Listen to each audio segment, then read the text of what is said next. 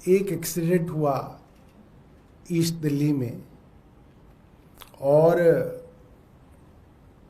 उस एक्सीडेंट के बाद उनको एक अस्पताल ले जाया गया, वहाँ उनका इलाज नहीं हो सका, लिहाजा दूसरे अस्पताल ले जाया गया LNJP हॉस्पिटल दिल्ली सरकार के, वहाँ भी उनका इलाज नहीं हो पाया। और उसके बाद तीसरे दिल्ली सरकार की जगह केंद्र सरकार के अस्पताल में ले जाया गया और वहाँ भी उनका इलाज नहीं हुआ। और फिर चौथे अस्पताल ले जाया गया जो केंद्र सरकार का था, वहाँ भी इलाज नहीं हो पाया था और उनकी मृत्यु हो गई थी। और ये मामला दिल्ली हाई कोर्ट के अंदर बार बार उछला और इसके ऊपर कई सारे डायरेक्शंस हाई कोर्ट की तरफ से आए,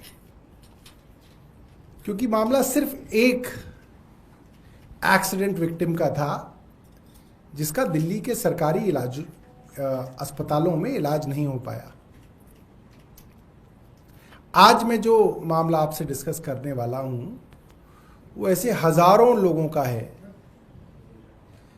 जो जवान बच्चे, कई बार पूरे पूरे घर के इकलौते कमाने वाले सड़क पे दुर्घटनाग्रस्त होते हैं। कई बार तेज रफ्तार पे आई हुई ट्रक या गाड़ी से टकराते हैं, सड़क पर खून बहता रहता है, कोई अस्पताल नहीं ले जाता और सड़क पे मृत्यु हो जाती है।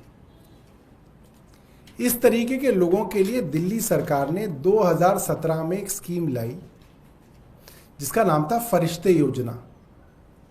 फरिश्ते योजना का मतलब ये था कि अगर दिल्ली की सड़कों पे किसी का भी एक्सीडेंट हो, चाहे वो दिल्ली का रहने वाला हो या बाहर का हो, मगर दिल्ली की सड़क पे अगर कोई हादसा हो जाता है तो आप उसको जल्द से जल्द किसी भी प्राइवेट अस्पताल में ले जा सकते हैं।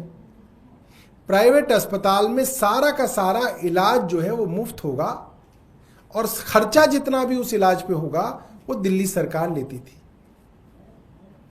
और चाहे वो इलाज 5 लाख रुपए का हो, चाहे वो 50 लाख का हो, सारा खर्चा दिल्ली सरकार ने 2017 से अब तक दिया। 2017 में जब ये स्कीम आई, मुझे याद है 2022 के अंदर सरकार ने बाकायदा बताया कि 10,000 से ज्यादा लोगों का फायदा इस स्कीम से हुआ। 10,000 से ज्यादा लोगों की जान इस स्कीम की वजह से बची। कोई इस तरीके की मानवीय स्कीम को कैसे बंद कर सकता है? हम लोग कल्पना भी नहीं कर सकते कि कोई सरकार इस तरीके की स्कीम को भी बंद कर सकती है, मगर इस बार दिल्ली के बजट में इस स्कीम को बंद कर दिया गया है। अब अगर दिल्ली की सड़क पे कोई हादसा होगा तो प्राइवेट अस्पताल में उनका इलाज मुफ्त नहीं होगा। आप मान सकते हैं कि हजारों लोगों की मृत्यु अब इस कारण हुआ करेगी। 2023 के अंत में हमने ये कहा था, एज अ हेल्थ मिनिस्टर मैंने ये प्रेस कॉन्फ्रेंस करके कहा था कि भारतीय जनता पार्टी और उनके लगाए हुए LG के इशारे पे अफसरों ने फरिश्ते स्कीम को बंद करने का षड्यंत्र किया।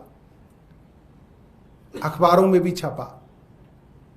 मैंने चिट्ठी लिखी LG साहब को और वो चिट्ठी LG साहब को उस वक्त के मुख्यमंत्री अरविंद केजरीवाल जी ने भी लिखी कि आपके अधीन आने वाले अफसर जानबूझ के फरिश्ते योजना जैसी मानवीय योजना को बंद और ठप करने की कोशिश कर रहे हैं। और LG साहब ने कहा नहीं, ये झूठ बोल रहे हैं, पैसे नहीं दिए गए स्कीम के। मैं एज हेल्थ मिनिस्टर देश की सबसे बड़ी अदालत में एज अ पिटिशनर गया। सुप्रीम कोर्ट की बेंच जस्टिस गवई और जस्टिस KV विश्वनाथ की बेंच ने इस मामले को सुना।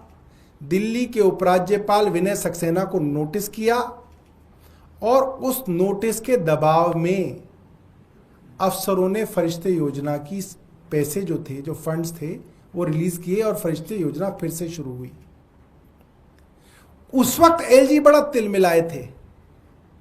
उन्होंने कहा कि भारतीय जनता पार्टी स्कीम को क्यों बंद करना चाहेगी, ये झूठा आरोप है।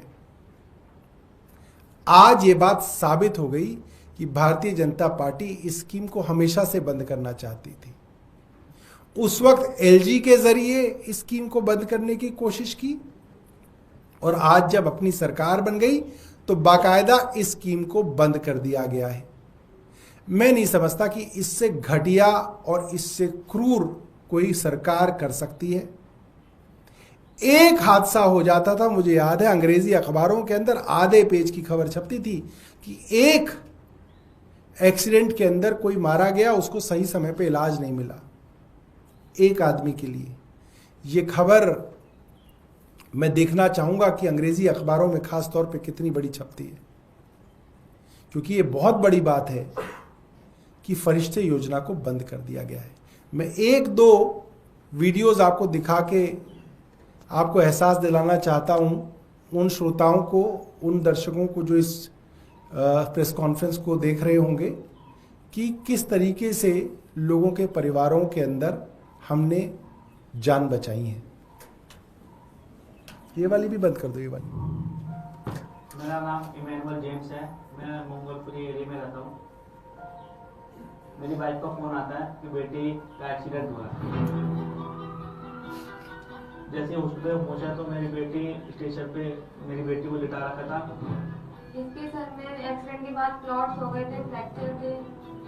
पहली बार देखा तो ऐसा था जैसे वो है ही नहीं, खत्म हो गई है। 15 नवंबर से 1 दिसंबर तक मेरी बेटी हॉस्पिटल में एडमिट थी। जब भी याद आता है तो रोना आ जाता है, लेकिन अब गुड है, मेरी बेटी बहुत अच्छी है। और मैं थैंक यू बोलना चाहता हूँ सब डॉक्टरों को।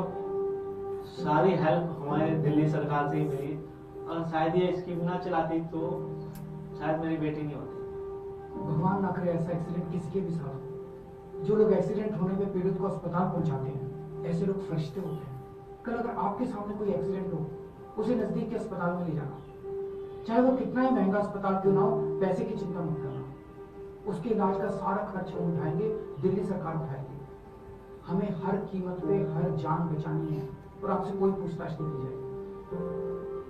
आप भी किसी के लिए फरिश्ता बनना।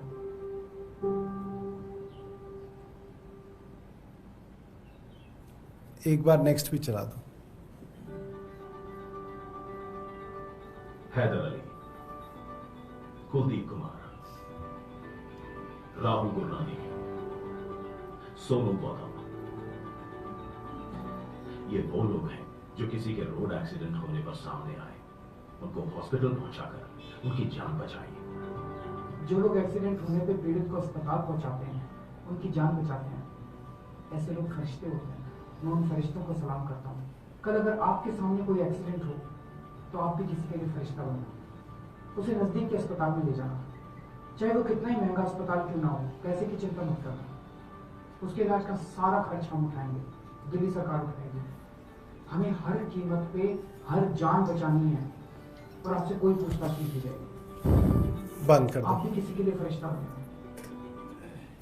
तो दोस्तों, आप इस बात से वाकिफ हैं, मैं मानता हूँ काफ़ी लोग हम में से ऐसे हैं जो खास तौर पे टू व्हीलर से सफ़र करते हैं, और अक्सर हमने देखा कि टू व्हीलर के एक्सीडेंट केस में एक टू व्हीलर चलाने वाला सड़क पे पड़ा होता है, लोग गाड़ी धीरे करके देखते तो हैं मगर कोई उसको अस्पताल नहीं ले जाता, बस देखते हैं कि अच्छा कौन किसका एक्सीडेंट हुआ।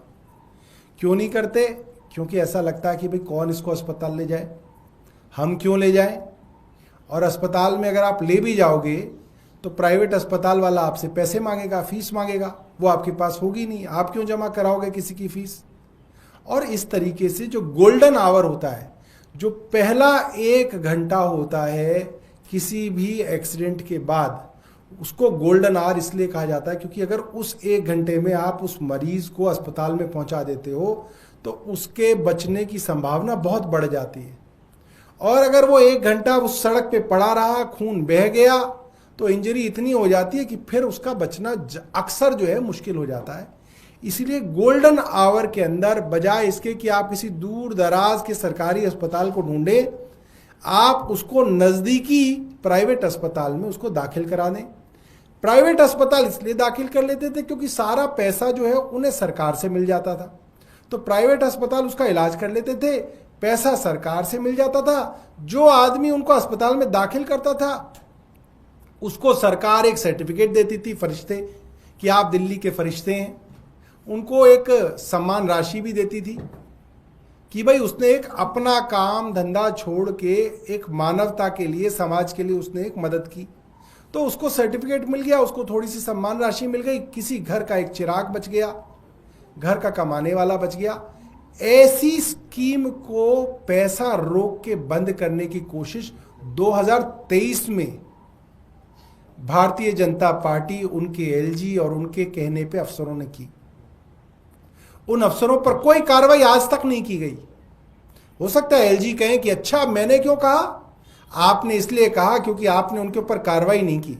अगर आप कार्रवाई कर देते तो हम मान लेते कि आपने नहीं कहा था उनको, आपने ही कहा, आपके ही इशारों पे ही हुआ, इसीलिए उन पे आज तक कार्रवाई नहीं हुई। और आज आपकी सरकार ने बनते ही अपने पहले बजट में फरिश्ते योजना बंद कर दी। इससे ज्यादा शर्म की बात नहीं है। और वो सब लोग जो भारतीय जनता पार्टी को वोट देके आज घर में बैठे हैं, वो आज सोच लें कि सड़क पे मरने वाला कोई सर पे नाम नहीं लिखा होता कि कौन भाजपाई है और कौन कांग्रेसी है और कौन आम आदमी पार्टी का है। सड़क पे मरने वाला आदमी तो एक इंसान ही होता है। और इस तरीके की इंसानी मानवता वाली स्कीमों को बंद करने वाले लोग सिर्फ राक्षस ही हो सकते हैं। राक्षस के अलावा मेरे पास उस तरीके के लोगों के लिए कोई शब्द नहीं है। बहुत बहुत धन्यवाद।